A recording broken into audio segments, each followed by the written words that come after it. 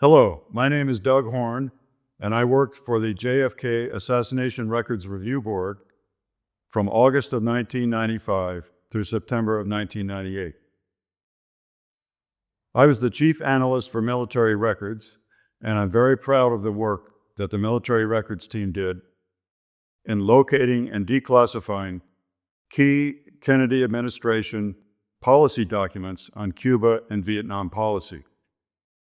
I was extremely privileged to work alongside General Counsel Jeremy Gunn, as together we took the depositions of 10 key participants to the autopsy on John F. Kennedy conducted November 22, 1963. We also conducted numerous medical eyewitness interviews, and together those depositions and the medical eyewitness interviews allowed me to gain considerable expertise about the medical evidence in the death of President Kennedy. Today I'll be discussing in some detail the JFK skull x-rays. In my interactions with mainstream media producers and directors over the last 2 decades, I've often heard them say things like this, quote, "Don't try to give the American people too much detailed information about the Kennedy assassination. If you do, they'll get lost in the weeds and you'll lose your audience and they won't understand what you're talking about." End quote. I categorically disagree with this attitude. I believe the American people are capable of understanding anything providing it's presented properly. So my goal today is to present to you evidence of fraud in the skull x-rays, namely that all 3 surviving skull x-rays are not the originals, but rather are altered copy films, and also evidence of 3 bullets that struck President John F. Kennedy in the head in Dealey Plaza.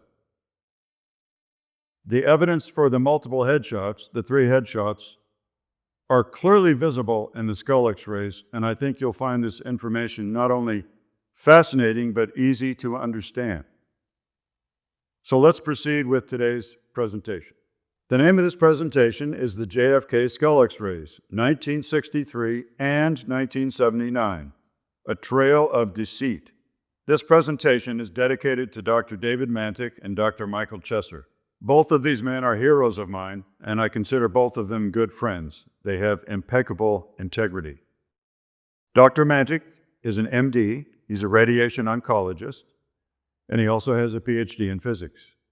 Dr. Chesser is a neurologist, so he's very much accustomed to studying damage to brains and to looking at skull x-rays. Dr. Mantik visited the National Archives on 9 different occasions to study the autopsy materials, in particular the skull x-rays. Dr. Chesser visited the National Archives 4 different times within the recent decade. In my discussion of Dr. Mantik's work in this presentation, I've made a conscious decision not to overwhelm the audience with his optical density numerical measurements. So while I've intentionally omitted the empirical evidence he collected in favor of presenting to you a layman's view of his conclusions, I invite you to visit any one of these 3 books shown here if you want to study his optical density empirical measurements made in the National Archives. You could study Chapter 5 of my book, Inside the ARRB. Chapter 5 is about the skull x-rays, and in this chapter, I presented Dr. Mantik's optical density empirical data, and he approved the write-up in that chapter. Dr. Mantik himself wrote a book called The JFK Assassination Decoded, in which he discusses in great detail his optical density measurements in the National Archives and the forgery of the 3 extant skull films. More recently, in the year 2024, Dr. Mantik published what I would like to call his magnum opus, The Final Analysis, in which he presents his best case for forgery in the 3 extant JFK skull x-rays. I highly recommend The Final Analysis to anyone who wishes to study his empirical data. Dr. David Mantik discovered in his 9 visits to the National Archives that the 3 extant skull X-rays are altered copy films and not originals, and that things were added to each image. A fake so-called bullet fragment was added to the anterior-posterior, or AP, skull X-ray in an attempt to implicate the accused assassin, Lee Harvey Oswald. Missing tissue, namely missing brain tissue and skull, in the right rear of the skull was covered up with an extremely bright white patch, which is blatantly obvious in both lateral skull X-rays. Both alterations, discovered using optical densitometry, were superimposed in the darkroom onto a copy film using the previously developed original skull X-rays through high-intensity extra illumination on top of specific areas of each image. Now, Dr. Michael Chesser made 3 significant contributions to our understanding of the JFK skull X-rays during 4 visits to the archives from 2015 through 2018.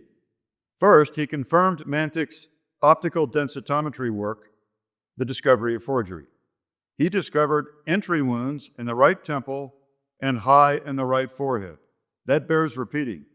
Dr. Chesser discovered entry wounds in the right temple and high in the right forehead of President Kennedy's lateral skull X-rays. And finally, and perhaps the most startling, Dr. Chesser discovered evidence of HSCA forgery in the X-ray images that it published in its report in 1979. We'll be discussing this in detail. Now, the images discussed during this presentation will include the unenhanced AP skull film. AP means anterior posterior. So the X-ray beam was traveling from the front to the back of the skull. And in this case, instead of traveling straight back on a horizontal plane, the beam was aimed upward at about a 15-degree angle. So the beam was traveling from front to back, but at a slight upward angle. And of course, the image on the right is the lateral skull film taken from the side. On this unenhanced AP skull film, the most prominent object is this so-called apparent bullet fragment right here. It's the brightest object on the skull X-ray. We'll be discussing this at some length as we proceed. These are the orbits of the eyes. So this is the right eye of the decedent, and this is his left eye.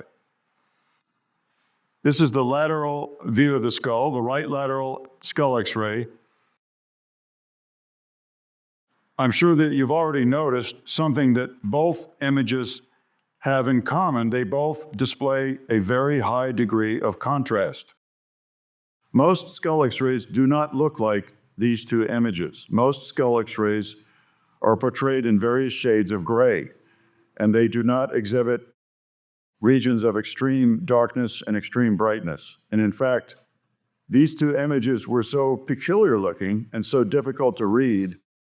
That is why the House Select Committee on Assassinations commissioned enhanced versions of these 2 skull X-rays. They wanted enhancements made that would make it easier for the X-rays to read. These are the enhanced versions of the 2 X-rays you just looked at in the previous slide. So on the left, you have the enhanced AP skull film, and on the right, you have the enhanced lateral skull film. If you look at the lateral skull film, you can now see the orbit of the right eye. I want to orient you so that it's not difficult for you to understand what you're looking at in this image. This is the orbit of the right eye. This is the forehead. This is the ear canal right here. It's very important to have your anatomical landmarks. So this is the ear canal, and the right ear would be somewhere in this area. On the AP skull X-ray, I want you to notice the very bright so-called apparent bullet fragment. We'll be discussing this in great detail. You can see the orbits of the eyes more clearly. And I want to point out something that confuses many people when they first look at the skull X-rays. If you look at this X-ray, AP X-ray, It may look to the layman as if the right side of the forehead is missing and that part of the right orbit is missing. That is not the case. If you study the skull X-rays with a hot light in the National Archives, you will see that the entire forehead is present and the right orbit is present. They just look very unusual in these images, and there are two reasons for that. First of all, there's a lot of air in the cranium. So there's a lot of air in the cranium, which makes this look dark. That's the case here. In this case, on the right lateral enhanced skull film, there's a large area of missing brain.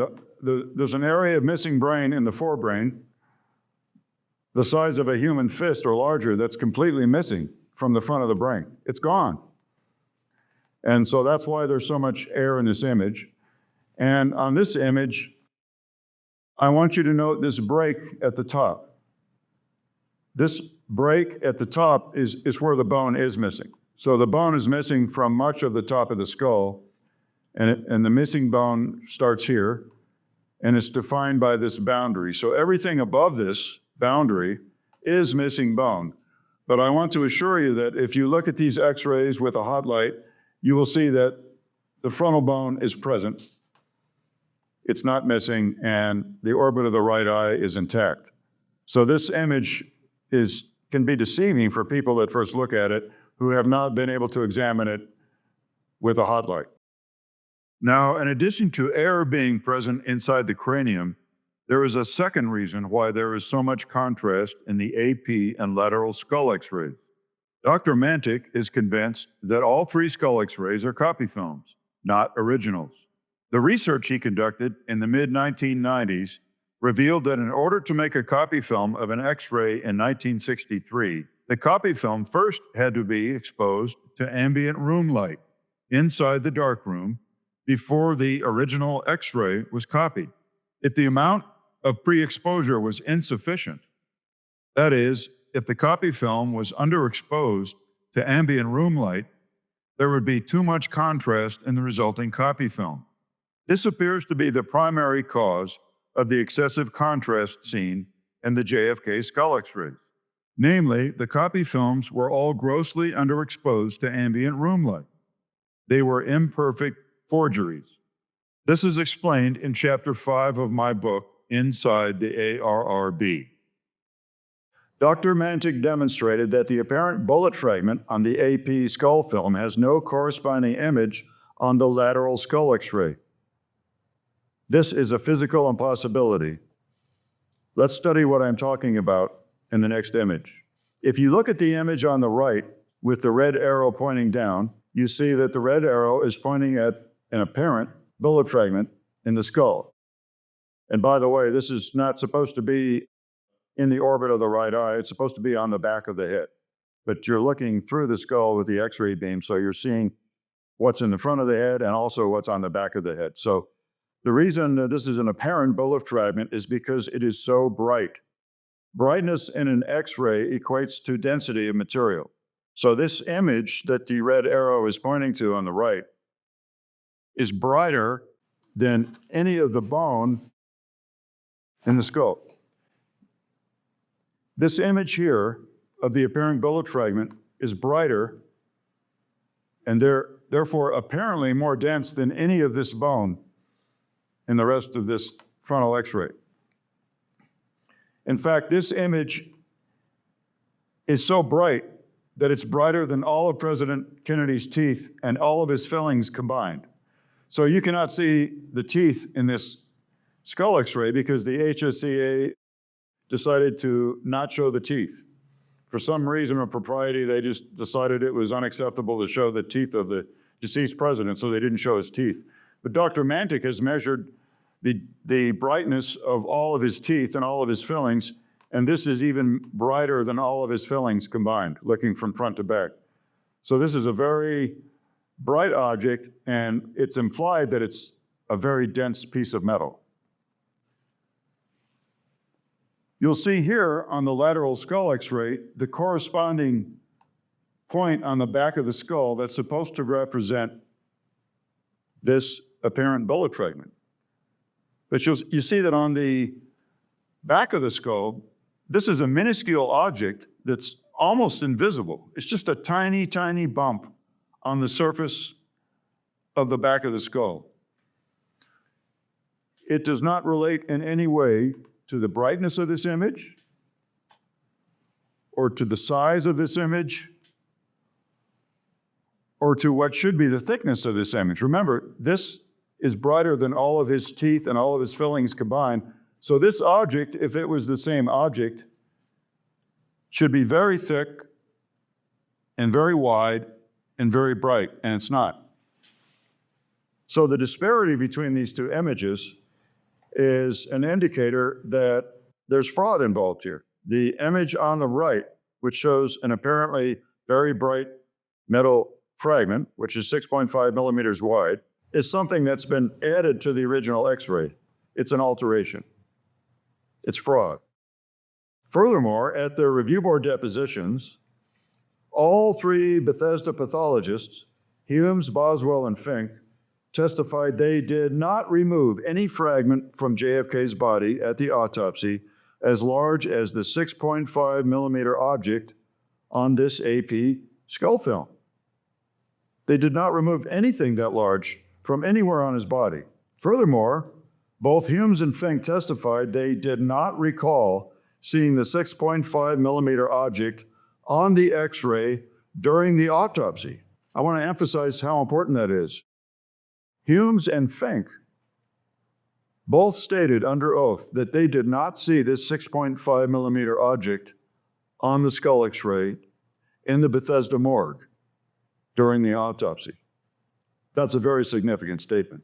Now, the so-called white patch obscuring the exit defect in the right rear of JFK's skull is clearly visible in the enhanced lateral skull film. Let's take a look at the white patch. This is the enhanced right lateral skull X-ray. This is the orbit of the right eye. This is the ear canal for the right ear. And this is what Dr. Mantik calls the white patch right here. This is an unnaturally bright and therefore an unnaturally dense area of the skull.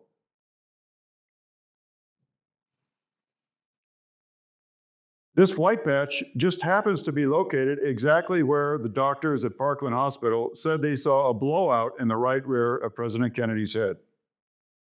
So once again, this is the ear canal for the right ear.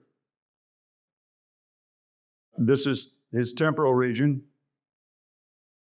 And this is the occipital and parietal region. So this white patch appears to be an attempt by a forger to cover up the large exit wound seen at Parkland Hospital, to cover it up in the skull X-ray. The white patch appears to be impossibly dense, almost as dense as the petrous bone between the ears, which is the densest bone in the human body. This area is not anywhere near that bright on the 1960 antemortem JFK skull X-ray at the JFK Library in Boston, studied by Dr. Michael Chesser using an optical densitometer. Nor is this area so absurdly bright in the skull X-rays of 19 control subjects studied by Dr. Mantik. In normal skull X-rays, the ratio of light transmission between the brightest area on the X-ray and the darkest area is only 3-to-1 at the most, and is usually 2-to-1 or less. However, on the two JFK lateral skull X-rays, area P for posterior transmits about 1,100 times more light than area F, the dark frontal area, in the sketch prepared by Dr. Mantik. So let's look at his sketch. Dr. Mantik has labeled the posterior region in the right rear of the head P for posterior, and he's called it the white patch. F means frontal, the frontal area. This is the area that's extremely dark in this X-ray. On a normal X-ray, the ratio between the brightest area and the darkest area would be about 2-to-1, or a little less than 2-to-1. But in this JFK lateral skull X-ray, the ratio between the white patch and the dark area in the frontal area is 1100 to 1. This gross disparity is the result of light blasting of the copy film in the darkroom when it was created. It is an artifact of the alteration of the copy film designed to hide the blowout seen at Parkland Hospital. So why are criminals caught when they commit crimes? Because they leave clues behind. So the murderer that fires a gun is caught because he leaves his fingerprint on the gun. In this case, the forgers of the skull X-rays have been caught because they left significant clues to the fact that the X-rays are altered. Let's look at the enhanced right lateral skull X-ray one more time. This white patch obscures the exit wound seen at Parkland Hospital. It's obscuring a void which would have been missing bone and missing brain tissue. It's covered it up. But they overdid it. They went overboard. So they put such an amount of light blasting onto this copy film that you can easily see the white patch in this enhanced version.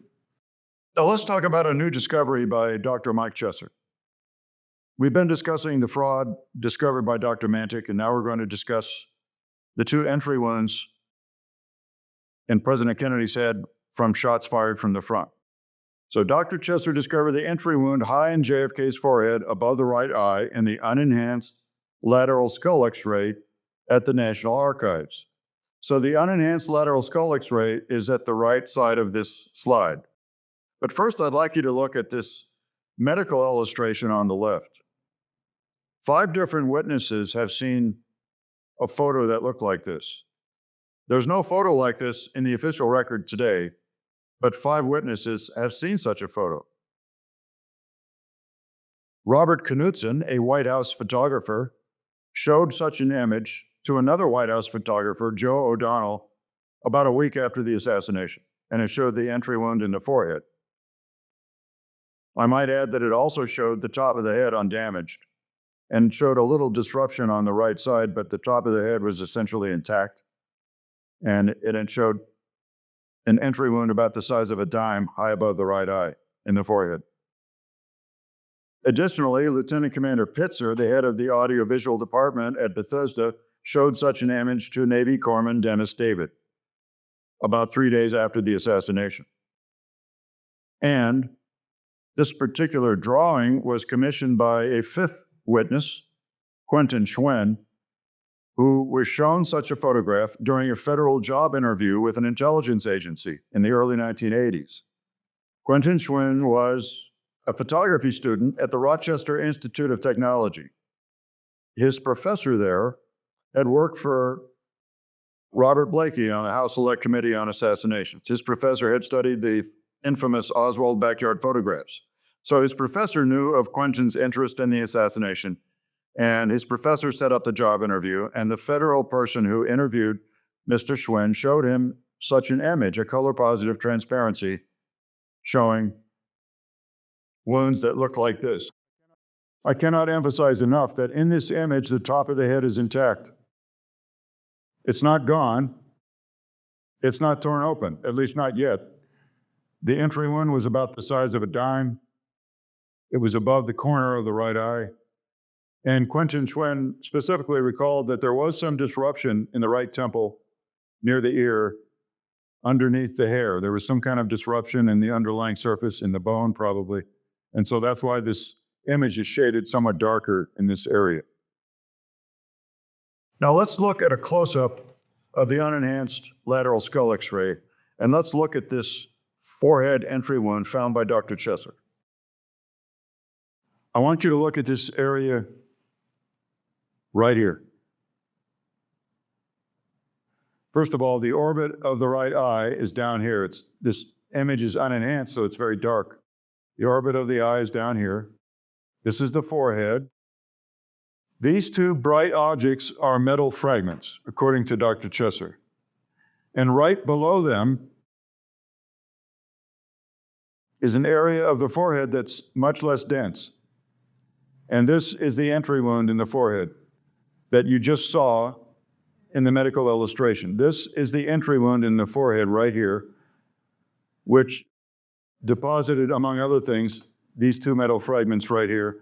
And then the fragment trail from this entry wound goes up and back. It doesn't go down toward the white patch. It goes up and back. So you can see the largest objects in the fragment trail, and they began here with the entry wound in the forehead. We'll be looking at this in greater detail in forthcoming slides. Now, the fragment trail, seen at the right in the enhanced lateral X-ray, clearly leads to the entrance site above the orbit of the right eye. But when one views the unenhanced lateral skull X-ray in person at the National Archives, one can see much more. Dr. Chesser created 2 replica slides to depict what one can see only at the National Archives in person. Dr. Chesser says that if you go to see these skull X-rays in person at the National Archives, you will see what is called a metal snowstorm, which begins right here at the entrance site, where some tiny dust-like fragments were deposited, and continues upward, and then joins the rest of this fragment trail.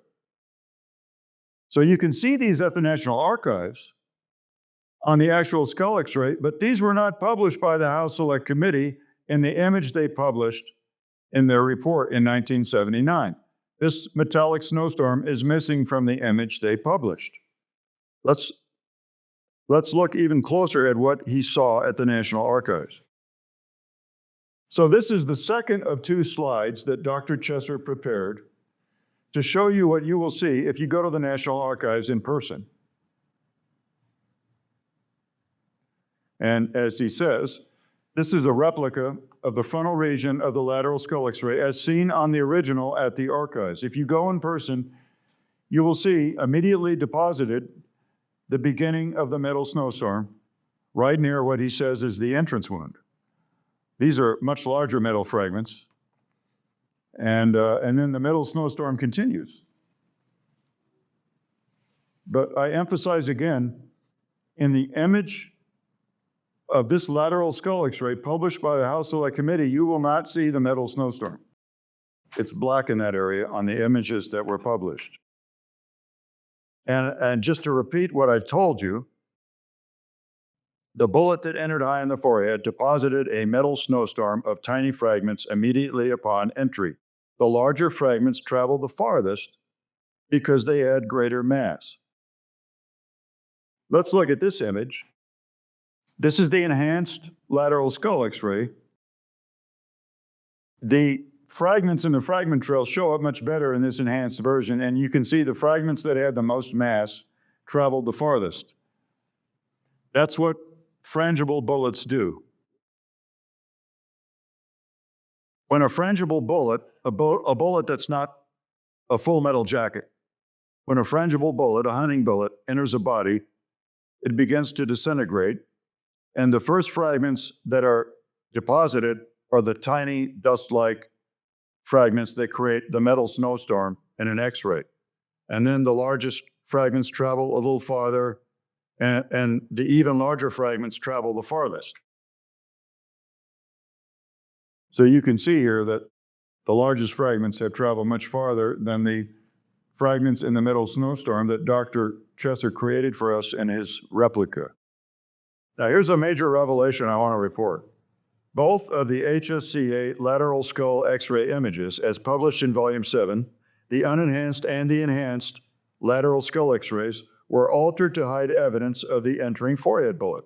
The HSCA's published version of the unenhanced JFK lateral skull X-ray has been darkened so that it does not reveal the metal snowstorm of tiny bullet fragments deposited by the bullet as it entered high above the right orbit. The HSCA's published version of the enhanced JFK lateral skull X-ray has been crudely altered with artistry. This is Dr. Chesser's own verbatim description. Artistry has been crudely altered with artistry to conceal the actual entrance site itself and nearby bullet fragments. I'm going to show you how this was done in 3 successive images. These images were created by Dr. Chesser. The image on the left is a close-up of JFK's right forehead. It's the image that was published in the report in 1979. And I want to point out in this image, you can see this area is much less dense than this area above it and this area below it. So this is high in the forehead above the right eye. This area that's less dense, this is the entry wound, high in the forehead. And you can see two large metal fragments, but here's what you don't see on the image published by the HSCA. You don't see the beginning of the middle snowstorm. You will see this if you look at it in person at the archives, but it's not present in the image that was published.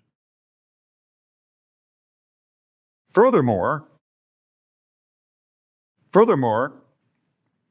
this image on the right is part of the enhanced right lateral skull X-ray, published by the HSCA in 1979. And in the version that was published of the enhanced X-ray, all of this evidence of this frontal entry wound, which includes the depositing of the middle snowstorm, has been whited out. So this middle fragment here has been whited out by someone. This other metal fragment here has been whited out by this bump, this first white bump. And then the beginning of the metal snowstorm in the unenhanced skull X-ray has been whited out on the enhanced skull X-ray by the second bump. So this metal fragment's obscured here. This metal fragment is obscured here. The beginning of the metal snowstorm is obscured here. And in fact, you don't even see this area here that's less dense, where the entry wound was in the forehead. You don't even see that over here. It's been whited out too. Now here's a close-up that compares on the left the high forehead from the unenhanced lateral skull X-ray, and on the right, this is what was published in the HSCA's report of the enhanced skull X-ray.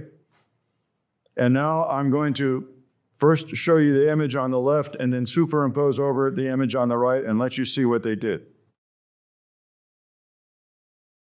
I'm now going to transition over to the whited out image of the enhanced lateral skull X-ray, and you can see what they covered up. That's pretty blatant. So a personal visit to the National Archives reveals unequivocally that the enhanced JFK right lateral skull X-ray does not show the artistry or white bumps seen in the published version. Once again, I'd like to emphasize this. If you look at the enhanced right lateral skull X-ray in the National Archives, you will not see the white bumps, and you will not see all that whiteout or whatever it is applied to that image. You will not see it, but it's in the image that the HSCA published in its 1979 report.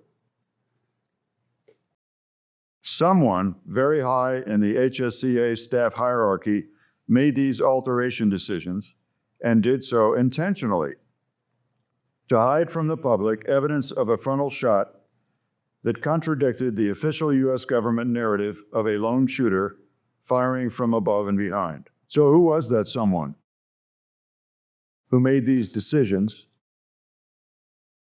to hide the evidence of a forehead bullet in both the unenhanced lateral skull X-ray and in the enhanced lateral skull X-ray?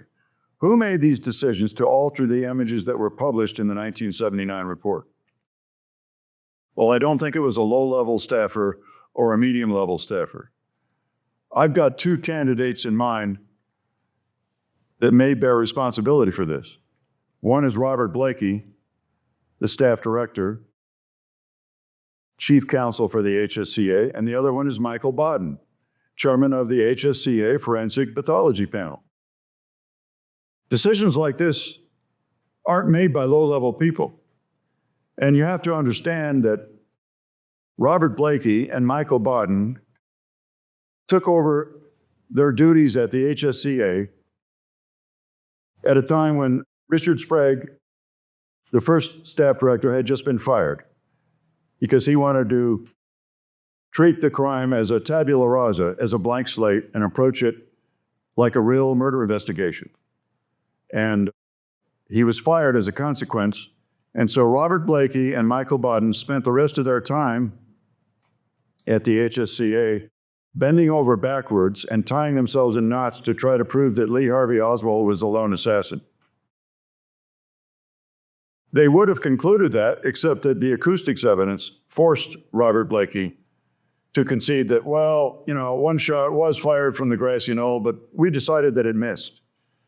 So Robert Blakey and Michael Bodden still insisted, when the HSCA wrote its report, that Lee Harvey Oswald did all the wounding of all the people in the limousine, and that he was personally responsible, and that the shot fired from the knoll had missed.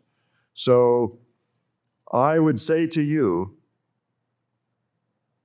that anyone who has questions about who made these alteration decisions for what was published in the 1979 report,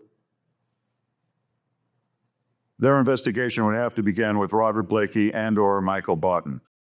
Now, Dr. Chesser has also discovered evidence in the lateral skull X-ray of a bullet wound in JFK's right temple. This image right here shows in the black box what Dr. Chesser says is a keyhole fracture in the right temporal bone. To help orient the viewer, I want you to understand this is the right ear canal. So the right ear would be about here. And so this lesion in the bone, this defect, as I said, is what Dr. Chesser calls a keyhole fracture. Let's look at a close-up of this damage. Once again, this is the right ear canal. The ear would be approximately here. And this is what Dr. Chesser is positive is a bullet wound. Now, Dr. Chesser says that radiologically alone, the bullet wound seen in these images could be either an exit for a small bullet fragment from the shot that entered the head from behind, or it could be an entrance wound from a shot from the right front, from the grassy knoll. Radiologically alone, just looking at these two pictures, it could be either an exit for a small fragment or an entrance wound. But according to Navy Corpsman Jim Jenkins, Drs. Humes, Boswell, and Fink, who noticed gray discoloration in the bone around this wound, were ordered by higher authority at the autopsy not to examine it any further. The discoloration was likely bullet wipe, coming from the soot inside a rifle barrel. And if so, this must be an entrance wound. It must be. Only entering bullets deposit bullet wipe. So the final point here is that an entrance wound in this location, the right temple, is the only known proximate cause for the large blowout seen in the right rear of the head at Parkland Hospital. There thus exists a preponderance of evidence in the right lateral JFK skull X-ray for a 3 headshot scenario, and this is the heart of this presentation. This is a schematic showing what Dr. Chesser, Dr. Mantik, and I all agree are the entry sites for the 3 headshots that killed JFK. This yellow arrow is a shot from behind, fired in basically a horizontal direction. It didn't go up and out. It went almost horizontally and damaged the orbit of the right eye. And we'll talk about that in just a moment. So this bullet was probably fired from the Dow Tex building directly behind the motorcade, the Dow Tex building, not the book depository. This green arrow represents the right temporal wound that we just discussed. And this red arrow represents the forehead bullet, which is high in the frontal bone above the right eye. Now, I'd like you to examine Dr. Chesser's beautiful slide of the 3 headshots superimposed over the enhanced lateral skull X-ray. We all call this entry number 1 because we are positive that it occurred first. And we'll be discussing the evidence for that in just a moment. So this is the shot from behind, and the evidence for this entry site are these 2 long radial fractures seen right here. This is a dead giveaway that a bullet entered at this site. This site just happens to be where these radial fractures come together. This happens to be low on the right rear of the head near the EOP, the so-called bump on the back of your head. So in the autopsy report, Dr. Humes wrote that the shot from behind entered about 1 inch to the right and slightly above the EOP. Well, that's exactly where these radial fractures come from a site near the EOP. The Clark panel in 1968 and Michael Bodden and the forensic pathology panel in 1978, they decided that this is the site of the entry wound from behind. And they're wrong. And I'll tell you why they're wrong in just a moment. The other two sites that we just discussed, entry number 2 or 3, entry number 2 or 3, I don't have any sense of which one happened first. And so I don't want to try to specify whether this came before this or whether this came before this, but they both came after shot number 1. So this is the right temporal entry wound, and this is the forehead bullet. This is the fragment trail from the forehead bullet, which goes up and back. You notice the fragment trail doesn't come anywhere near the white patch. The white patch is the blowout seen at Parkland Hospital. This is the way they were hiding this in the skull x-ray so that you don't see it. And clearly the bullet that entered the right temple entered at an oblique angle and exited immediately, causing all this damage.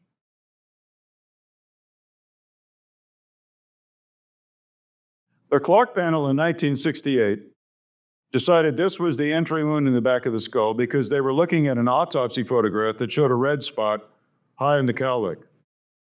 And because they saw a red spot high in the photograph, they looked for something that might be corresponding to that apparent damage on the skull x-ray, and they selected this break in the bone.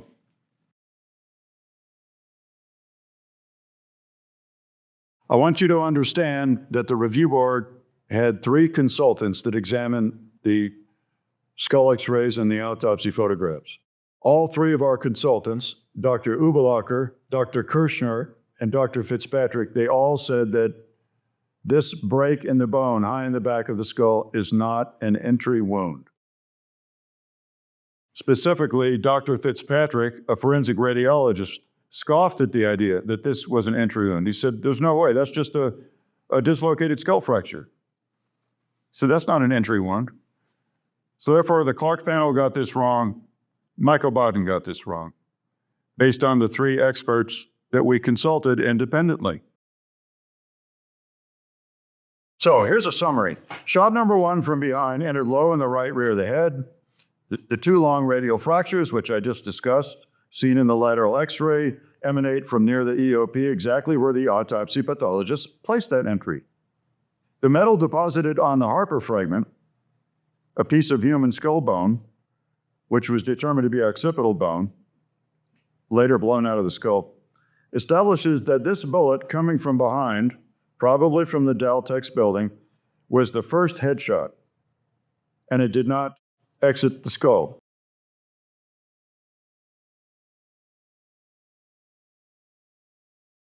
Now, this is an establishing shot of the Daltex building, and this is the famous photograph known as Alchin 6, taken by photographer James Alchins on the day of the assassination. You can see on the outside of the Daltex building that there's an assembly of fire escape stairs.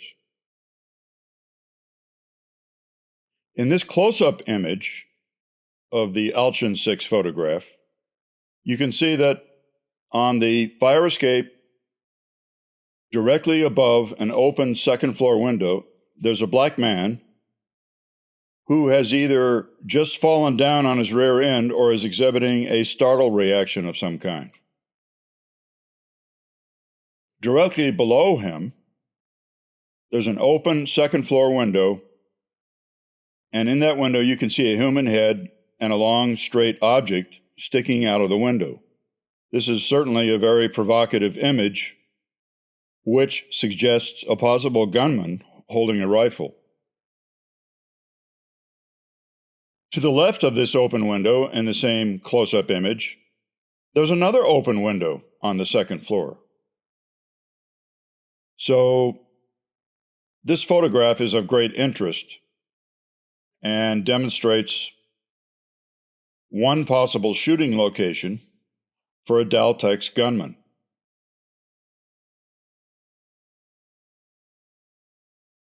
Now this photograph shows the estimated view from a shooter on a low floor of the Daltex building, probably the second floor, what he might have seen looking at the motorcade through the scope of a rifle.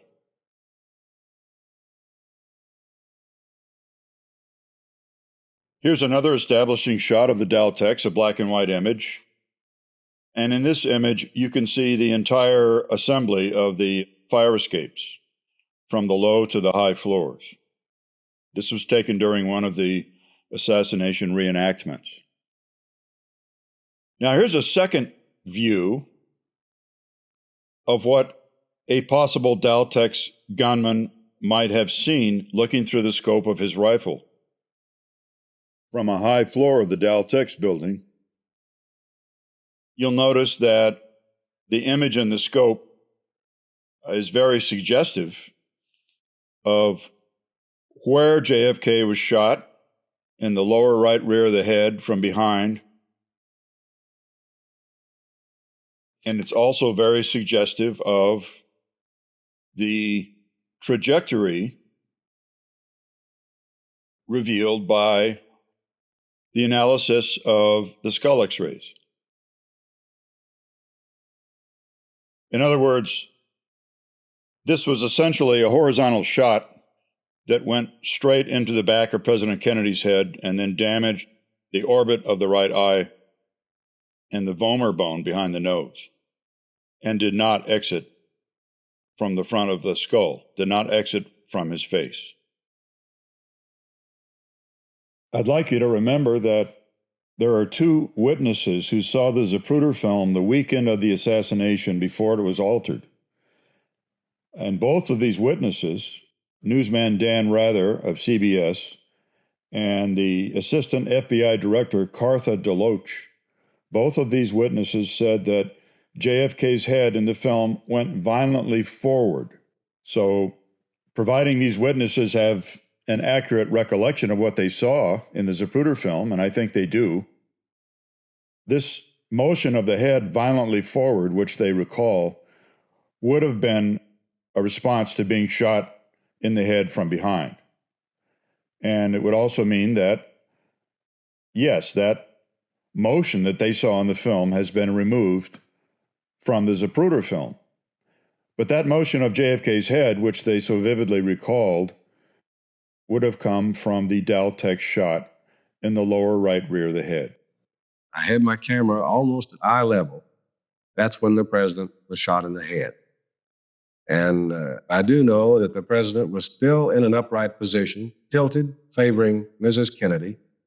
And at the time that he was struck by this blow to the head, it was so obvious that it came from behind. It had to come from behind because it caused him to bolt forward. Here's a final establishing shot of the Daltex building in color. While you're examining this additional establishing shot of the Daltex, I want you to keep in mind how easy a shot would have been from a Daltex window. The motorcade was going almost straight down Elm Street, with a little bit of curvature in its route, but not much. The shot from the second floor may have been possible, and a shot from a high floor of the Daltex building probably is more likely because a fourth floor shot would not have been obstructed by the follow-up car. As you're examining this final shot of the Daltex building, I want you to remember that the scope of this presentation is to discuss JFK's skull X-rays and to discuss the headshots to JFK. It is not the scope of this presentation to discuss the origin of the bullet wound in the front of his throat, and it's not within the scope of this presentation to discuss the back wound, the entry wound in his upper back. Many researchers have different opinions on the origins for these two shots. I don't know where the back shot came from. Some people say it came from the Daltex building. Some people wonder if it came from the county records building. Some people wonder if it came from the southwest corner of the book depository on the 6th floor. I don't know the answer to that, but that's not within the scope of this presentation. So let's look at two sets of images of the Harper fragment. You can see that the pathologists in Dallas who photographed this were smart enough and wise enough to photograph it next to a ruler for scale. It's about 2 3/4 inches wide and about a little more than 2 inches tall. This is the exterior surface of the fragment, would be the outside of the head. This is the interior surface of the fragment, and you can see the markings for blood vessels on the interior, which would be blood vessels on the back of the brain. Let me explain how this was found. On Saturday, November 23rd, a pre-med student named Billy Harper found this piece of human skull bone on the infield grass in Dealey Plaza. He took it to his uncle, Jack Harper. Jack Harper was a pathologist who worked at Methodist Hospital in Dallas. Jack Harper and his boss, Dr. Cairns, and another pathologist, Dr. Noteboom, all examined this fragment on Saturday, November 23rd. They all unanimously agreed that this was occipital bone from a human skull, and that it was very fresh, very recent because of the blood they could see on it. These are two superior images of the Harper fragment taken by the FBI after it was transported to Washington just a handful of days after the assassination. This is the exterior surface again. This is the interior surface. The FBI also x-rayed the Harper fragment. They took several x-rays, and one of their x-rays, which was not overexposed, one of them was the proper exposure, showed definite traces of metal in this area. Definite traces of metal in this area. This would have been the entry site right here for the bullet from behind. And because we know this is occipital bone, from the middle of the back of the head, the fact that there were traces of metal here proves that the entry site in the autopsy report, low in the right rear of the head, about 1 inch to the right of the EOP, was correct. Finding metal in this area on the Harper fragment in the FBI x-ray proves that the entry site in the autopsy report is correct, and that the entry site selected by Dr. Bodden is wrong. This is a sketch Dr. Boswell made of the top of President Kennedy's skull as he was lying on his back on the examining table. So the president's lying on his back, you're only looking at the top of his head. And what Dr. Boswell noted on this sketch proves that the bullet that entered from behind did not exit his skull, did not exit from the front of his face. So he wrote here, this is the globe of the right eye. And Dr. Boswell drew a circle. He drew a line through the circle, and he wrote fracture through floor. Fracture through floor. So Dr. Boswell is showing us with a picture that the globe of the right eye, the right orbit, was fractured, was damaged, and that the vomer was crushed. The vomer bone is behind your nose.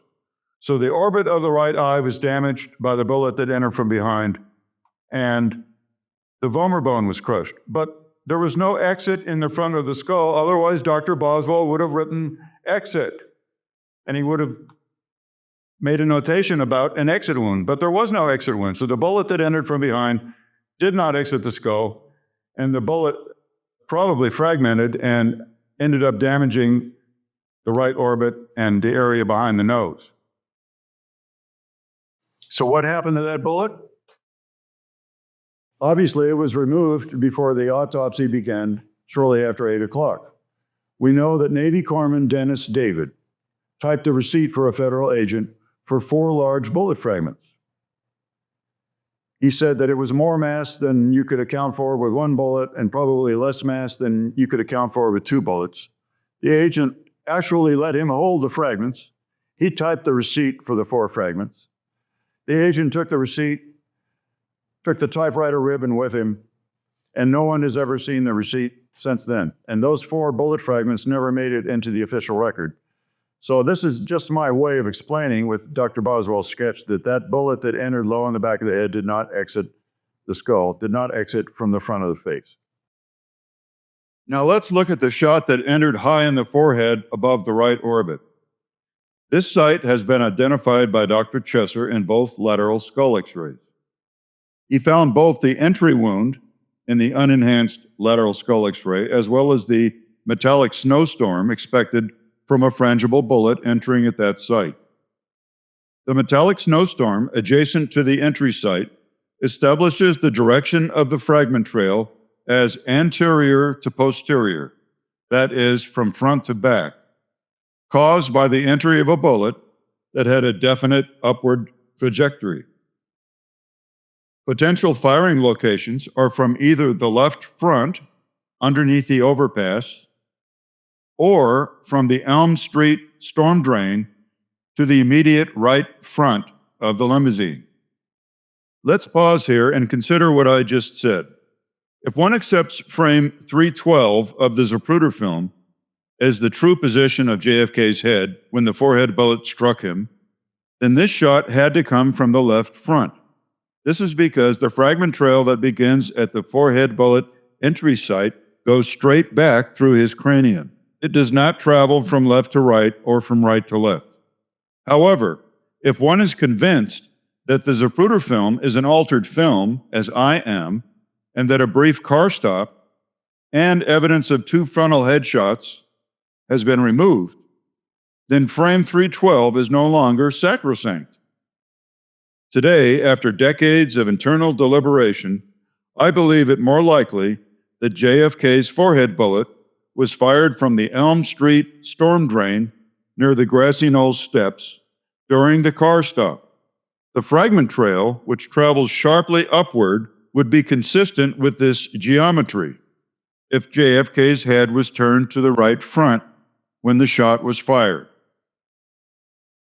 One official document, an FBI report labeled Commission Document 298, indicates that JFK's fatal headshot occurred 42 feet farther down Elm Street than the Warren Commission later concluded in late May of 1964.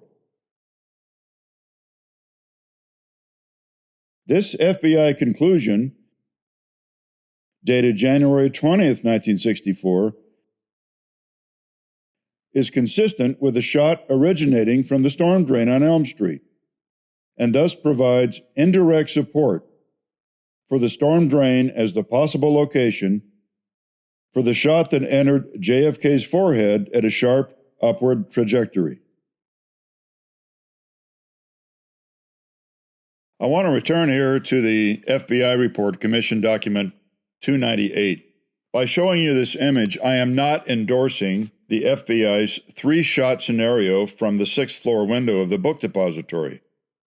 The only reason to show you this image is to show you where JFK's limousine was on Elm Street at the 307-foot distance, which the FBI ascribed to the fatal shot. It places it abreast the steps leading to the Grassy Knoll, which places it very near the Elm Street storm drain. Now, in this Jack White image, you can compare where the Warren Commission said the fatal shot struck President Kennedy 265 feet from the 6th floor window, arrived at between March and May of 1964, was markedly different from the distance of 307 feet arrived at by the FBI in January of 1964. This is a remarkable difference, and looking at it from the side gives the viewer a greater appreciation of how different these two numbers were. and what the differences might mean. The 307-foot distance, which the FBI ascribed to the fatal shot, places JFK's limousine at that point. It places it abreast the steps leading to the grassy knoll, which places it very near the Elm Street storm drain. I'd like to conclude this discussion of the storm drain as a possible location for a shooter by saying the following things. Secret Service agent Clint Hill, in his 1964 Warren Commission testimony, talked about hearing a different quality of sound as he was getting on the limousine. He said that the final shot that he heard sounded like a handgun fired into a hard object. He actually said that. He was also asked by Arlen Specter whether he heard any shots from the front. And Clint Hill's answer was no, but possibly from the right side. Well, that's pretty intriguing. And there's another witness who said he heard a pistol, and that's Railroad Supervisor Sam Holland, who told author and researcher Josiah Thompson back in 1966 that of the final 2 shots that he heard, Holland claims he heard 4 shots. Of the final 2 shots that he heard, one of them was a rifle shot, and one sounded like a handgun. So that's 2 people very close to where the limousine was at the 307-foot distance. One of them is actually climbing onto the car, and he said, Clint Hill said, it sounded like a handgun fired into a hard object. And Sam Holland, standing on the overpass, said that one of the last 2 shots he heard sounded like a handgun. So that's particularly intriguing for me. And in addition, Clint Hill also said in his Warren Commission testimony that he heard an echo associated with his final shot, that he heard an echo. So, Dealey Plaza is a wide open space down where the limousine was, 307 feet from the 6th floor window. The car is no longer in a box canyon of buildings like it was when it was turning from Houston onto Elm Street. Back there, you got reverberation and echoes. By the time the car is well down Elm Street, it's a wide open area. For Clint Hill to say that he heard an echo associated with that shot and that it sounded like a handgun fired into a hard object is particularly intriguing to me when I consider the storm drain as a possibility. I want to conclude this discussion of the echo by reading a small portion of Clint Hill's Warren Commission testimony. Quote, "It was right, but I cannot say for sure that it was rear, because when I mounted the car, it had a different sound, first of all, than the first sound that I heard. The second one had almost a double sound, as though you were standing against something metal and firing into it, and you hear both the sound of a gun going off and the sound of the cartridge hitting the metal place, which could have been caused probably by the hard surface of the head." End quote. And I'll just say this about the storm drain. I haven't presented absolute proof in this presentation that a final headshot came from the storm drain, but I do think that considering all of the above factors, considering the angle of the fragment trail in the skull going sharply upward, when I consider that Clint Hill and Sam Holland both heard a handgun, the sound of a handgun going off, when I consider that Clint Hill heard an echo associated with the final shot, that suggests what you might hear if you fired a pistol from inside the storm drain, which is a big empty cavity.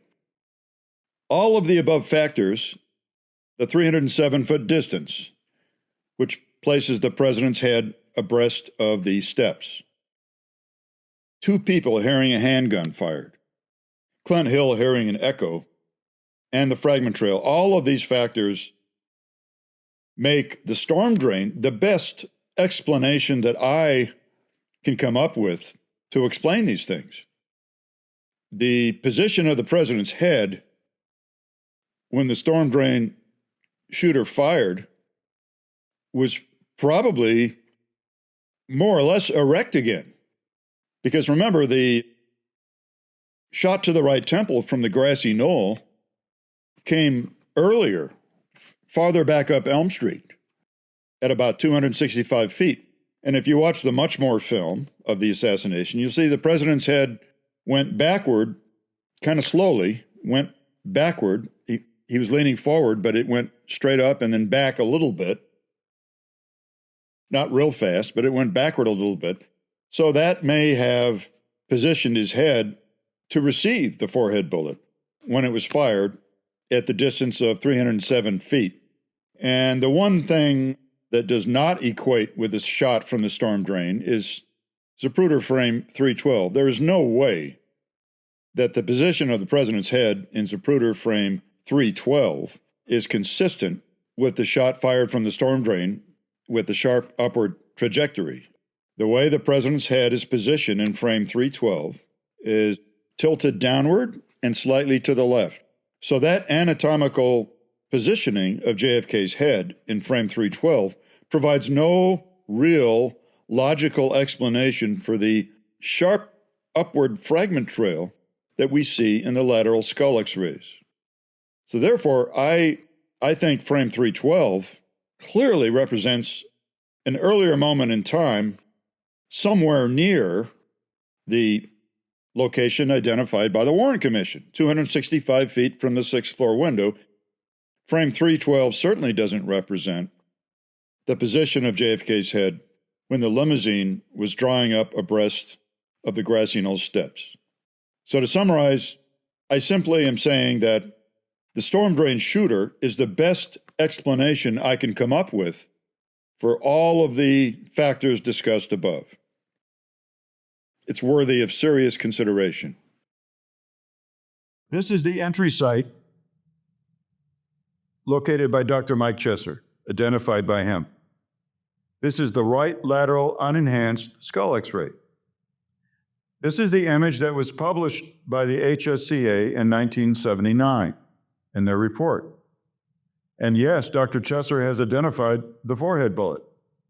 What you don't see in this image, and what you should see, if this had been an honest reproduction, you should see the beginning of the middle snowstorm deposited here and here in this direction. But you don't see it on this image that was published in 1979. So that middle snowstorm has been blacked out in this image.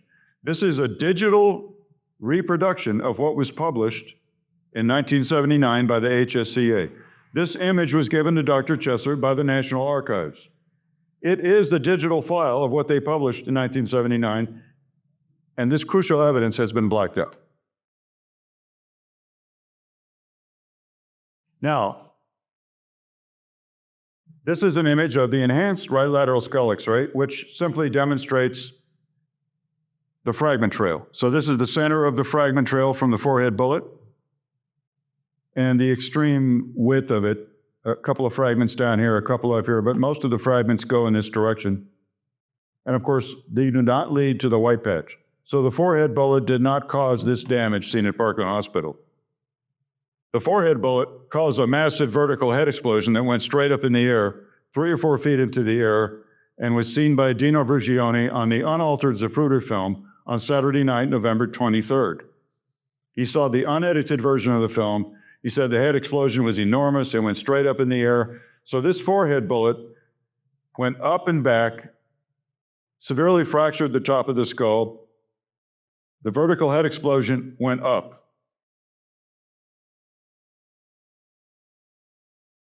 There was another debris pattern from the right temporal wound, and that debris pattern went out here, and it went back into the left, and that's what hit the 2 motorcycle policemen escorting the limousine to the left rear.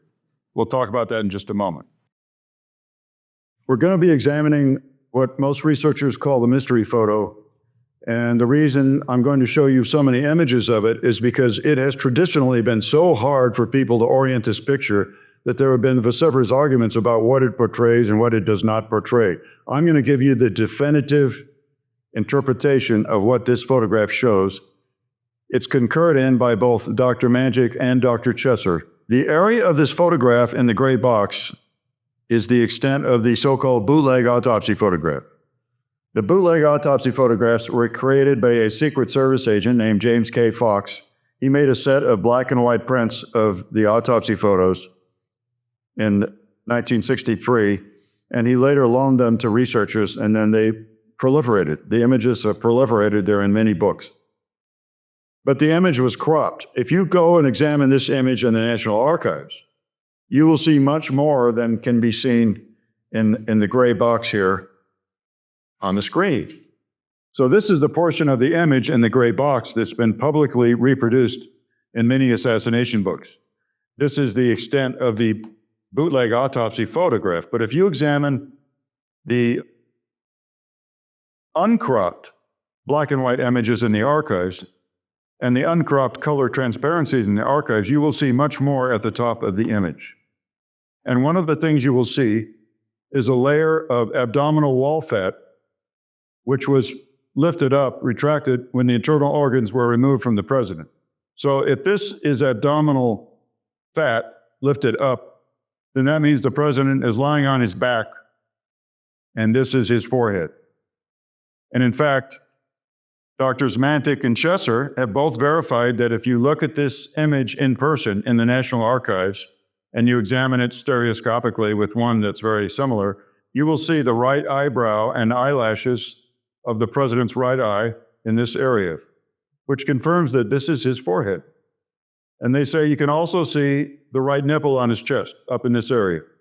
And you can't see it here because this is the cropped photograph, but they say you can see it in person. So you can see his eyebrow, his eyelashes, proving that this is his forehead, proving that this interpretation is correct. That's abdominal fat that's been peeled back. So the president's lying on his back. His head has been propped up by a glass formaldehyde bottle.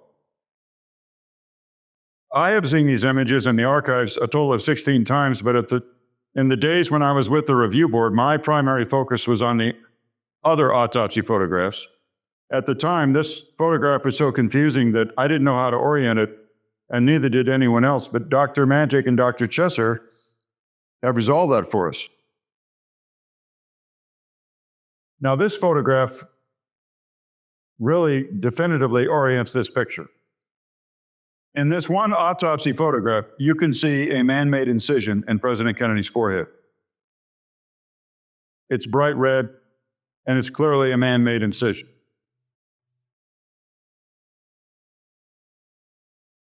This incision in this photograph can be seen here in the so-called mystery photograph.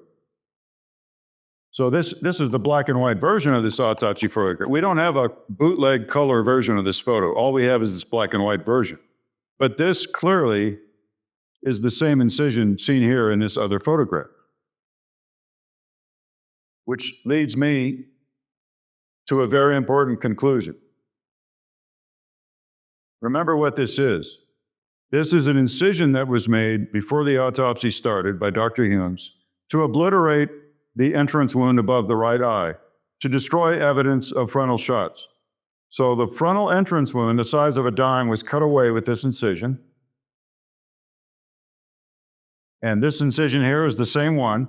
So the frontal entrance wound above the eye would have been right here. And I'm telling you what this is right here. This is a small exit defect for one of the larger fragments from the forehead bullet. I'm going to repeat that. This is a small exit defect for one of the large fragments from the forehead bullet. This is my personal interpretation of what this object is. I'd like to talk about this semicircular notch at this time. When Dr. Humes testified before the Warren Commission, he said there was no evidence of exit anywhere in the periphery of the large skull wound. He said there was no evidence of exit anywhere in the periphery of the large defect. But Doctors Humes, Boswell, and Fink were forced to sit down and review the photographs for the Justice Department in January of 1967. And at that time, the three doctors suddenly did identify evidence of exit in the periphery of the large skull defect. They identified this as evidence of exit. They had to because it's in a photograph. They identified it as evidence of exit. And Dr. Bodden and the HSCA forensic pathology panel agreed that this is external beveling. This is evidence of exit of a bullet. The problem is Dr. Bodden doesn't orient this photograph properly. Dr. Bodden wants President Kennedy to be lying on his face, lying on his stomach, instead of lying on his back. Dr. Bodden wants you to believe that this is the president's forehead and that he's lying face down on the table, which is nonsense. The president didn't have big jagged wounds in the front of his forehead. That's nonsense. And Dr. Bodden wants you to believe that this evidence of exit is in the right front of President Kennedy's head. That's what he wants you to believe. But he's oriented the photograph completely incorrectly. And I have to tell you that when Dr. Humes and Dr. Boswell and photographer John Stringer, when they first identified this photograph in 1966, on November 10th, 1966, they said it was a photograph of the posterior skull, of the back of the head, which it is. They told the truth. This is a photograph of the back of the head. But later, before the Justice Department, Dr. Humes kind of flipped, and he said, well, okay, yeah, this is evidence of exit, and this is somewhere in the right front of the head. So he flipped on what he said earlier. And Dr. Bodden chose to endorse this as what Dr. Humes said it was in 1967, which is evidence of exit in the right front of the head. But I'm telling you, this is not the right front of the head. Let's look at another version of this image.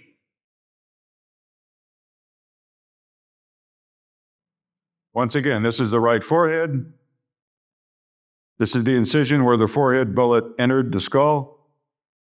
Dr. Chesser has drawn for us the midline of the skull, right down the top of your head, the middle of the top of your head, to help you orient. So that means that President Kennedy's head in this photograph is tilted to the left a little bit. It's tilted to the left. It's propped up on a glass formaldehyde bottle. It's tilted to the left. And oh, by the way, do you know what this is? This is where the Harper fragment fit, right here. Right here, the middle of the back of the head. So there's one final view of this picture where we've just taken the midline of the skull and made it vertical. In this picture, the incision that obliterated the forehead entry site is right here. And that bullet would have gone almost straight back.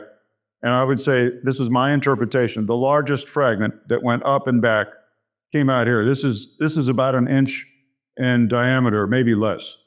And this would have been hidden in the hair at the top of the president's head in the back. At the top of the back of his head. This would have been hidden. And this was not seen at Parkland Hospital. What they saw at Parkland Hospital was a massive blowout in the right rear down in this area. So, the third headshot entered the right temple. It's the only known candidate for the bullet that caused the avulsed exit wound in the right rear of JFK's skull, seen at Parkland Hospital. And it was fired from the right front of the limousine, somewhere from behind the grassy knoll stockade fence. Now, this is an establishing shot of the very famous Mary Moorman Polaroid photograph of the grassy knoll and the limousine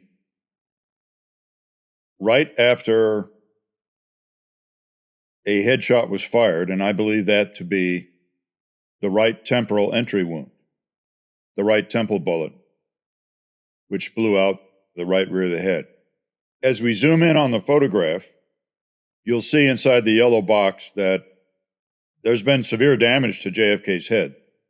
Near the top back of the head, his hair is disrupted, and you can see a large gray object resting on his right shoulder. It's either suspended in midair or it's actually resting on his shoulder, and that is suggestive of the large piece of skull with hair on it, which Clint Hill said he saw lying in the back seat after he jumped onto the limousine.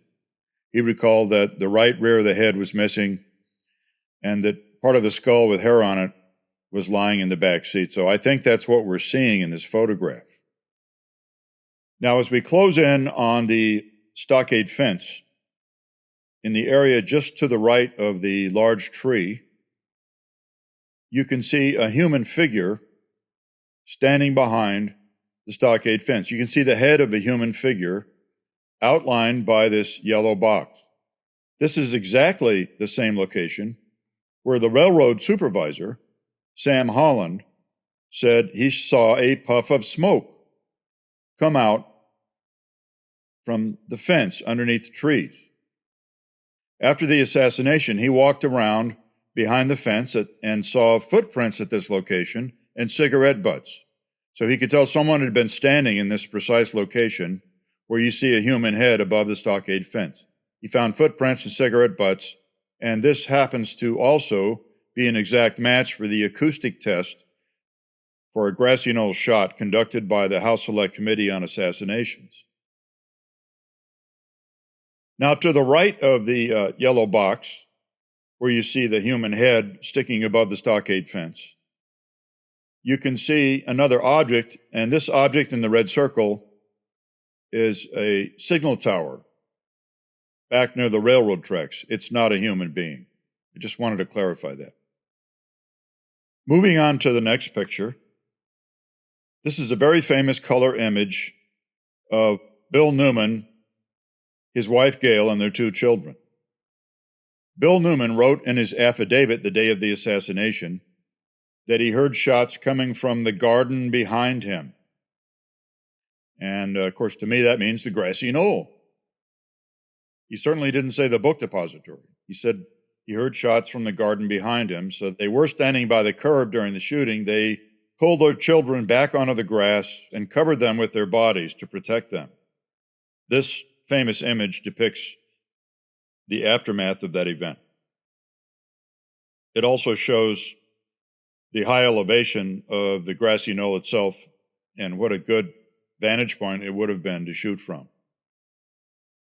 In contrast, the fragment trail from the forehead bullet travels upward, not toward the white patch, which defines the Parkland exit.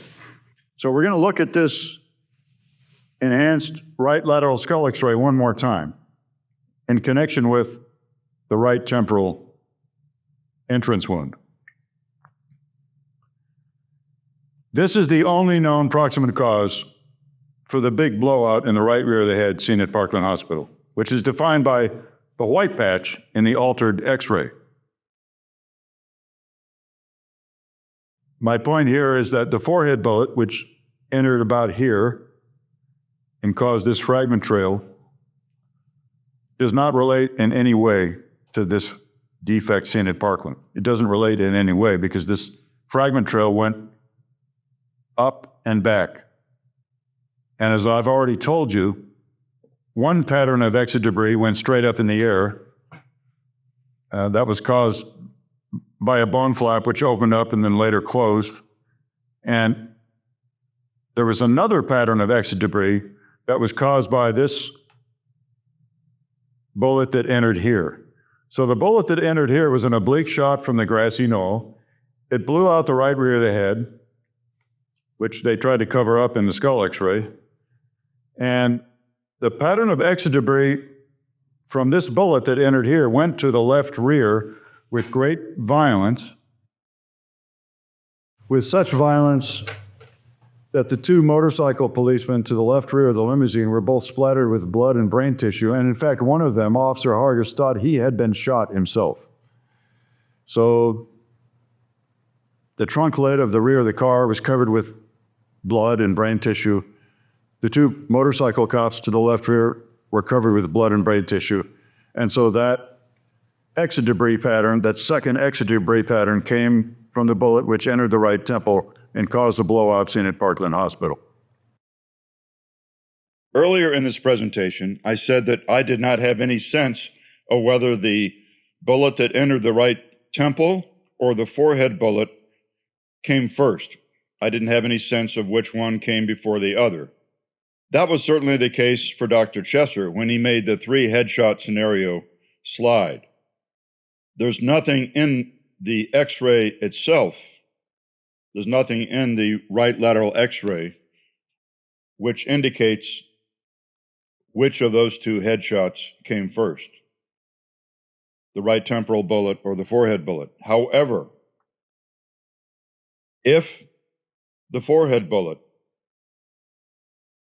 came from the storm drain on the right side of Elm Street, then it had to be the final headshot, because the FBI report, Commission Document 298, states that that fatal shot occurred 307 feet from the 6th floor window. Well, that's way down the street. That's way down the street, almost abreast of the grassy knoll steps. The Mary Moorman Polaroid photograph makes it clear that the shot that it depicts occurs well before the car is abreast of the grassy knoll steps. You can see the grassy knoll steps in the Moorman Polaroid, and the car is not yet abreast of that location. So, taking all of this evidence into consideration, I would say today, in January of 2025, when this director's cut is being produced, that there is now a clear sequence for the 3 headshots. The shot from behind, from the Daltex building, is clearly the first headshot. I now believe that the right temporal bullet from the grassy knoll is the second of the 3 headshots. And today I now believe that the forehead bullet, which almost certainly came from the storm drain to the right front of the limousine, was the 3rd and final headshot.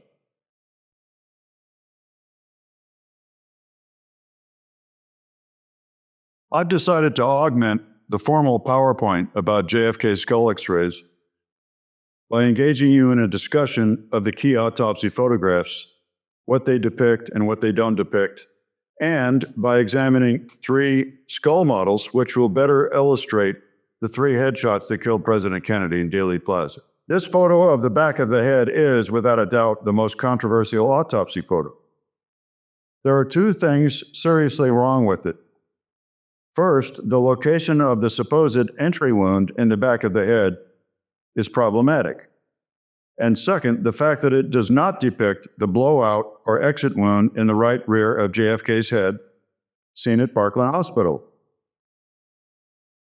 Let's begin by first discussing the apparent location of the entry wound in the back of the head. This lesion right here is supposedly, according to the Clark panel, and according to Dr. Michael Bodden of the HSCA, this is supposedly the entry wound in the back of JFK's head. On the black and white photographs of the back of the head, this object is so faint that you can barely see anything at all. This particular version of this photo has been colorized a bit by one of the JFK researchers so that you can see various features more prominently. So this red spot or lesion right here appears more red in this photograph than it does in other versions of the photo, but I wanted you to see this version so that you can clearly understand why the Clark panel decided this was the entry wound on President Kennedy, because they don't see one anywhere else. They don't see one where the autopsy doctors said there was an entrance wound in the autopsy report, and this is the only one they could see in photographs. So the Clark panel decided this was the entry wound in the back of the head. They then looked for a corresponding defect in the bone underneath this, and that's when they found that broken skull fracture high in the back of the head, and they decided that that was an entrance wound, which of course our 3 review board consultants told us is not an entrance wound. But anyway, this is the culprit right here, the red spot. No one at the autopsy, and I mean no one, independently recalled seeing anything like this red spot. When the three pathologists, Humes, Boswell, and Fink, were first shown this photograph by the HSCA Forensic Pathology Panel, they all adamantly denied that this red spot was the entry wound described in their autopsy report, which was 10 centimeters or 4 inches lower. In 1977, Dr. Hume said he didn't know what it was and opined that it might be a spot of blood. At that same session, Dr. Boswell emphatically said, "That's no wound," and expressed the opinion that it might be the end of a laceration, that is, of a tear in the scalp. In 1978, Dr. Fink vociferously denied to the HSCA that the red spot was the entry wound, which the three pathologists had personally observed at the autopsy and palpated with their fingers. This diagram depicts the location of both the entry wound in the back of the head endorsed by the HSCA and the HSCA's location for the exit wound for that bullet. So this is the approximate location of the red spot in the autopsy photograph, so the back of the head. And this is the HSCA determination of where the exit wound for this purported entry probably was. So they claim there was an entry here, and the HSCA claims that the exit was probably here. And Michael Baden wants that semicircular notch in the bone in the mystery photograph to be this exit wound. That's what he wants that to be. But of course, he's got JFK's body positioned completely wrong in order for that to happen. So this is something noted in a photograph which depicts nothing anybody saw at the autopsy. And this exit here depicts a misinterpretation of an autopsy photograph of the semicircular notch in the bone. Dr. Baden wants that to be the right front of the skull, but it cannot be. I've already explained that to you.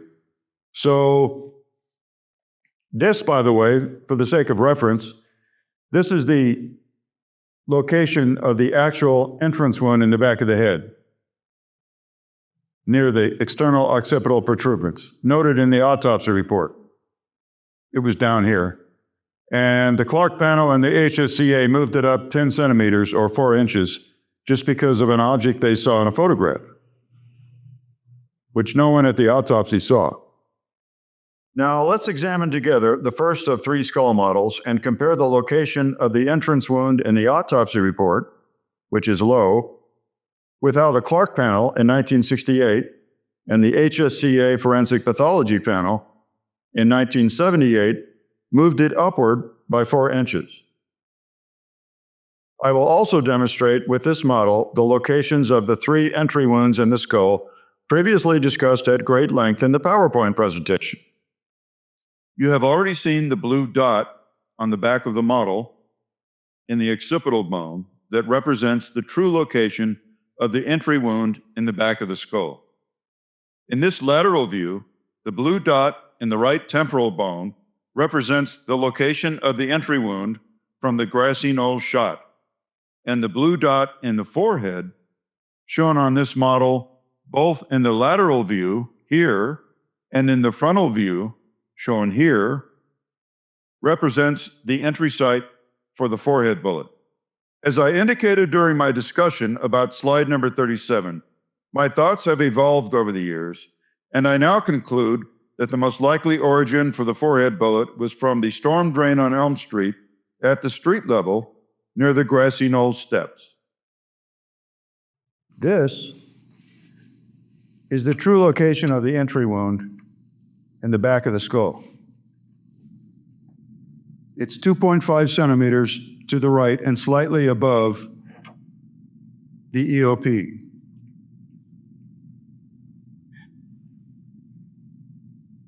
This is where the Clark panel and the House Select Committee on Assassinations moved the entry wound to. They moved it up 10 centimeters or 4 inches into the parietal bone. It's not even an occipital entry wound anymore. They did this solely based upon the red spot in an autopsy photograph. The problem is no one at the autopsy saw the red spot in the head where it's shown in the autopsy photograph. But the Clark panel And the House Select Committee, as I've said, bet the farm on the autopsy photos, so they moved up the entrance wound and ignored what the pathologist said. The pathologists who were at the autopsy for over 3 hours and who saw the dead body of the president. It's remarkable to me that the House Select Committee decided to throw the 3 pathologists under the bus and ignore what they saw in person, which is here, and summarily move it up here based solely on a photograph, when none of the members of the forensic pathology panel or the Clark panel saw President Kennedy at the autopsy. Now let's return to the infamous back of the head autopsy photo. You will note that this image does not show an exit wound in the right rear of the skull, nor does it show the small entry wound 1 inch to the right of the EOP described in the autopsy report. If you believe the Parkland doctors, which I certainly do, there was an exit wound in this general region of the back of the head, in this general location. And Dr. Boswell made clear during his review board deposition that he did not see in this photograph the entry wound they talked about in the autopsy report. He took a ruler and he pointed to where the entry wound should be in the photograph, and he said it should be right about here in this location. He said the entry wound they noted in the autopsy report should be visible right about here. He said it's not visible in this photo, and he doesn't know why. But most significantly, we don't see a big exit wound right here. Dr. David Mantik, during his 9 visits to the National Archives, viewed 2 very similar back-of-the-head photos stereoscopically, as well as all of the other autopsy photos in stereo. Only the photo showing the back of the head did not look right when viewed stereoscopically. Dr. Mantik has explained that the center portion of the head, where the hair appears wet and freshly cleaned, looked 2-dimensional, not 3-dimensional, as it should have, implying photographic alteration. Let me demonstrate. This is the part of the image where the hair looks washed and cleaned, and which Dr. Mantik says didn't look right. He says this part of the image appeared 2-dimensional to him in stereoscopic viewing, and the rest of the image around the edges appeared 3-dimensional. So this makes him strongly suspect that this is a photographic alteration of the back of the head images right here. Having seen the autopsy photos on 16 different occasions in the course of my work at the ARRB, I can personally attest to the fact that this autopsy image is extremely peculiar looking when seen in person, even stranger than it appears here. Something is most definitely wrong with these back-of-the-head images. This is admittedly a subjective impression, but it is a very strong one. The next 4 images are wound diagrams prepared by eyewitnesses to JFK's wounds. First, this drawing is made by FBI agent Francis O'Neill for the House Select Committee. You'll notice that there's a large wound in the right rear of the head. The wound is not in the top of the head. It's in the right rear of the head. This is the wound diagram prepared for the review board by Parkland nurse Audrey Bell. The head wound she recalls in the right rear of the head was all occipital in location and very low in the occipital bone. This is the wound diagram prepared for the review board by Dr. Charles Crenshaw at Parkland Hospital. His wound is both occipital and parietal, and you can see that it's a little bit higher than Audrey Bell's wound, but it's in the same region of the head, the right rear of the head. And the 4th diagram is made by FBI agent James Seibert for the review board during his deposition in 1997. Definitely a large wound in the right rear of the head. Although not identical, these 4 drawings are nearly so, and all of them locate the exit wound in the right rear quadrant of the skull behind the right ear. Finally, here is a wound diagram prepared in 1967 by a medical illustrator based on Parkland physician Dr. Robert McClellan's 1964 Warren Commission testimony, and later approved by Dr. McClellan, who played perhaps the central role as an observer in Trauma Room 1, based upon his positioning at the head of the gurney. This skull model, the second of three, was created in 1993 using the so-called McClellan drawing, before the four more recent wound diagrams I just showed you were publicly available. The exit wound so graphically displayed in this model is an approximation based upon the 1967 drawing approved by Dr. McClellan. The HSCA bet the farm on the authenticity of all the autopsy photos and of the skull x-rays. They bet the farm, they gambled, and they lost. This led them to make numerous serious errors of interpretation about JFK's head wounds. Let's look at how the Harper fragment and the small fragment that completed the circumference of the entrance wound were both ejected from the skull at about the same time. When the Harper fragment was blown out of the right rear of the skull, it left the limousine and went into the grass in the infield of Dealey Plaza, like this. This small fragment that completes the circumference of the entrance wound did not leave the limousine. It ended up somewhere in the region of the back seat and was discovered later that night in the White House garage in Washington, D.C. And this is what was brought to the morgue late during the autopsy and allowed Dr. Boswell to complete the circumference of the entrance wound. And this is exactly how it fit into the skull. Let's return to the autopsy sketch Dr. Boswell made of the damage to President Kennedy's skull. You will note that his sketch depicts a small bone fragment at the bottom of the picture. This is the bone fragment I'm talking about. This was drawn by Dr. Boswell, as well as this sketch of the damage to the top of the head. This is a small bone fragment, which Dr. Boswell said was required to complete the circumference of the entry wound, low in the back of the head. Dr. Boswell made clear to both the HSCA and to the ARRB that only when the small bone fragment was inserted back into the lower margin of the huge defect in the cranium were the pathologist able to complete the circumference of the entry wound in the back of the head. This is the X-ray of the three loose skull fragments brought to the morgue late in the autopsy. The middle bone fragment in this X-ray image is the same bone fragment depicted in Boswell's autopsy sketch. This is the middle bone fragment in the X-ray. This is the fragment depicted in Boswell's autopsy sketch. In both his autopsy sketch and in this X-ray image, you can see a small notch at the bottom of the bone fragment. This is probably the top half of the entry wound. This is what completed the circumference of the entry wound. You can see it right here in this X-ray picture, and it matches the sketch that he made. So until the three pathologists received this bone fragment late in the autopsy, it was brought to them from the White House garage after the limousine had been searched. They weren't really sure they had an entrance wound in the back of the head, and only when they reinserted this into the skull did they determine definitively that, okay, the entry wound is low in the back of the skull, and this proves it. This completes the entry perforation in the bone.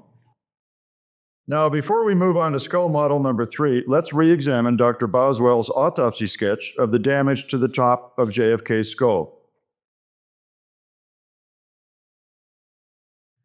Note the dotted line that he's drawn, which includes almost all of the top of the head. Note the notation 10 by 17 missing. That means that everything inside the dotted lines is missing, and that's what I'm pointing at here to draw your attention to it. Dr. Boswell testified to the ARRB that what he was depicting by the dotted line around the top of the skull was the area totally devoid of skull bone, All of the cranial bone in this area, he said, was missing. The big problem here is that no one at Parkland Hospital described the top of JFK's head as missing. In fact, Dr. Jones volunteered under oath to the review board that this was not the case. And furthermore, Nurse Bell and Dr. Crenshaw denied it as well when specifically asked about it by the ARRB staff. Before we examine the last skull model, let's examine one of the more graphic autopsy photos, which appears to reinforce what Dr. Boswell drew in his sketch of the top of President Kennedy's head. No one at Parkland Hospital saw anything remotely like what is depicted in this image. But Dr. Humes and Dr. Boswell would have you believe that this image and the next one I will show you in black and white both show JFK the way he looked when his body arrived at Bethesda Naval Hospital. This lie is not worthy of belief because there were 3 individuals at Bethesda who observed JFK immediately after his body arrived and who affirmed that his head wound was an occipital blowout in the rear of the head and therefore looked the same upon arrival at Bethesda as it did when JFK left Parkland Hospital. These witnesses were Tom Robinson of Gawler's Funeral Home, Captain Canada, the commanding officer of the treatment hospital at Bethesda, and Dr. Ebersol, the radiologist at JFK's autopsy. What you are actually looking at here is the result of post-mortem surgery at Bethesda before the autopsy of record began shortly after 8:00 p.m., conducted to gain access to JFK's brain and sanitize the crime scene by removing all evidence of frontal shots. That means removing bullet tracks in the brain tissue and as many metal fragments as possible. You can see additional blatant evidence of surgery in this photograph, namely the bright red incision in the forehead, obviously performed to remove evidence of the entry wound high above the corner of JFK's right eye. This is the blatant red incision I'm talking about. When Dr. Peters from Trauma Room 1 commented on this incision in 1988 in an interview, he said clearly this was a man-made incision. Of course, everyone knows that there was no surgery of the cranium at Parkland Hospital. During his ARRB deposition, Dr. Boswell made a Freudian slip at one point and referred to this lesion as, quote, an incised wound, end quote, thus admitting it was man-made and not really a laceration or a scalp tear. This black and white autopsy photograph also seems consistent with the bone in the top of the head being gone, per Dr. Boswell's autopsy sketch. And yet nothing like this was seen at Parkland Hospital. Navy X-ray technician Ed Reed testified to the ARRB that he saw Dr. Humes make a major horizontal left-to-right cut with a scalpel in the scalp above the frontal bone, just behind the hairline at the top of the forehead. Let me demonstrate what Ed Reed meant when he testified under oath. He saw Dr. Humes take a scalpel and make a very wide left-to-right cut with a scalpel in this area, just behind the beginning of the hairline. Ed Reed continued under oath, saying that Dr. Humes then proceeded to use a circular bone saw in the same area he had just incised. To be perfectly clear, Ed Reed said that after Dr. Humes made an incision from the left to the right in this area, he then took a circular bone saw and started making a deep incision in the cranium, in the skull bone, right underneath the incision in the scalp. At this time, once higher authority became aware that Reed and his supervisor, Gerald Custer, were present, they were summarily ejected from the morgue.